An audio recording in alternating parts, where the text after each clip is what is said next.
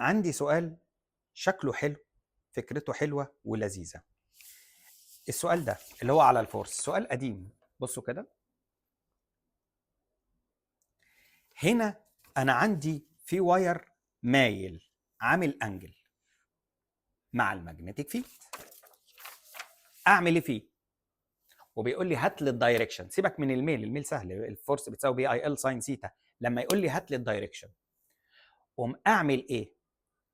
أخلي الواير ده احلله لتو كومبوننتس، واحده في الاكس واحده في الواي. في الاكس دايركشن اللي هي بارالل للمagnetic فيلد، والواي اللي هي بيربنديكولار على المagnetic فيلد.